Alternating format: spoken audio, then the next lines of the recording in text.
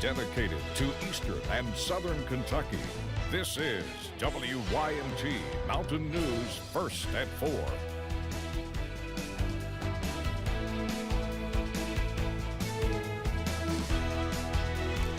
Good afternoon, I'm Steve Hensley. First at 4, Kentucky is ranked number 5 for obesity in teens and number 1 for obesity in high schoolers. And numbers show rural areas are the leading contributors to the high rates of obesity in the state. WYMT's Jade Saylor spoke with Dr. Christopher Bowling, the chair for the Obesity Task Force at the Kentucky chapter of the American Academy of Pediatrics, about why this is such a big concern. Many parts of eastern and southern Kentucky have the highest obesity rate in the Commonwealth.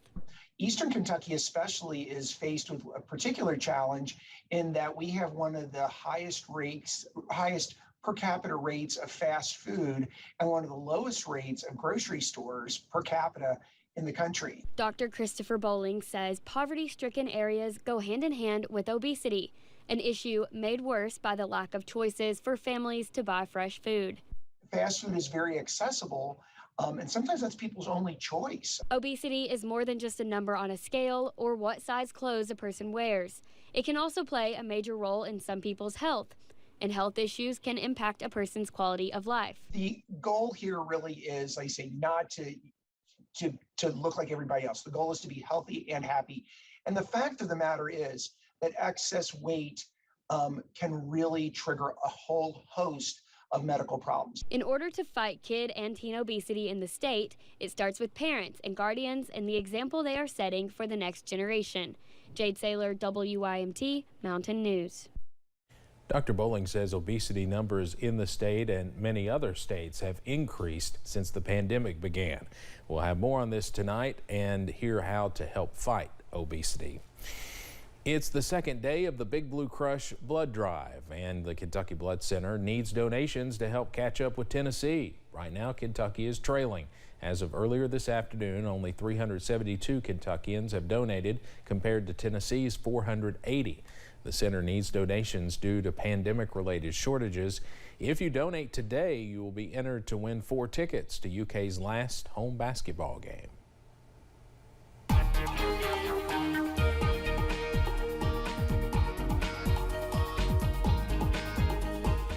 Well, a lot of us saw sunshine earlier on today, but just like yesterday, we're welcoming in a few clouds to the forecast as we finish out our Tuesday afternoon. You see the time lapse from our camera at the University of Virginia at Wise. The beautiful sunshine earlier today. Now those clouds are working back into the region. I-75 at Mount Vernon, the overcast there as well. We're not quite done with the clouds yet, but we're also not quite done with the sunshine either. That sunshine earlier today helped get us very warm. Mid-60s, 65 Jackson, 67 Prestonsburg. It's 68 right now in Irvin. However, you head on down to the Cumberland Valley, they're a little bit cooler. Lower 60s, even a few upper 50s hanging around where the cloud cover is working its way in. You see the satellite and radar, a lot of our cloud cover working in from the south and west to the north and east along our warm front as it continues to work on in. That will lead to some blustery conditions tomorrow as we really move those temperatures into the positive direction. Keep that WYMT weather app handy, though, as we continue to see those clouds filter in overnight. We're above average for overnight lows, only into the low 50s. We have one more day of very warm temperatures, at least by November standards, before big changes on the way later this week. I'll have the details on that coming up in a few minutes. Steve?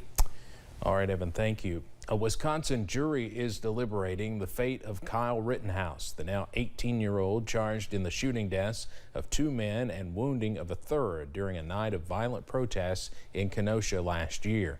Legal experts say it could come down to state law's instruction on provocation. CBS's Nancy Chen explains. We shouldn't have 17-year-olds running around our streets with AR-15s, because this is exactly what happens. In closing arguments, prosecutor Thomas Binger portrayed Kyle Rittenhouse as an instigator looking for trouble who eventually found it. Prosecutors replayed video of the moment he shot and killed protester Joseph Rosenbaum before running away towards the crowd and police. He does nothing to demonstrate to the crowd that he isn't a threat to kill again. And it turns out he does. After killing Rosenbaum, Rittenhouse shot and killed Anthony Hubert. and injured Gage Grosskreutz. Rittenhouse said both men attacked him, but prosecutors say the crowd believed he was an active shooter. My client didn't shoot at anyone until he was chased and cornered. While Rittenhouse's attorneys echoed his earlier claim of self-defense. I didn't do anything wrong. I defended myself. But the prosecution pointed to videos they say repeatedly showed Rittenhouse pointing his weapon at demonstrators. If you created the danger, you forfeit the right to self-defense. The provocation instruction will really become the linchpin of the jury's deliberations. CBS legal analyst Ricky Kleeman says that argument could be pivotal to the jury's deliberations. In the state of Wisconsin, if you are the person who provokes the ultimate act of violence, you have a duty to retreat. Kleeman also tells us she expects deliberations to either be very quick or very long. Either way, people here are on close watch for a verdict. There are 500 National Guard members on standby for potential unrest. Nancy Chen, CBS News, Kenosha, Wisconsin. And of course, we'll pass along the verdict as soon as it comes in. JPMorgan is suing Tesla for $162 million. The bank claims the electric car company breached their contract about stock warrants.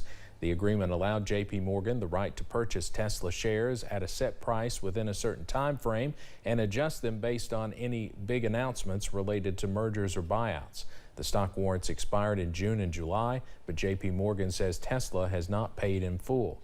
In 2019, Tesla had said JPMorgan was trying to take advantage of Tesla's volatile stock at the time, adjusting prices frequently. Gas prices are forcing some families to rethink holiday travel plans ahead of next week's Thanksgiving holiday. California set a record with prices at nearly $4.70 a gallon. But drivers in every state are paying more at the pump, with the current national average hovering around $3.41.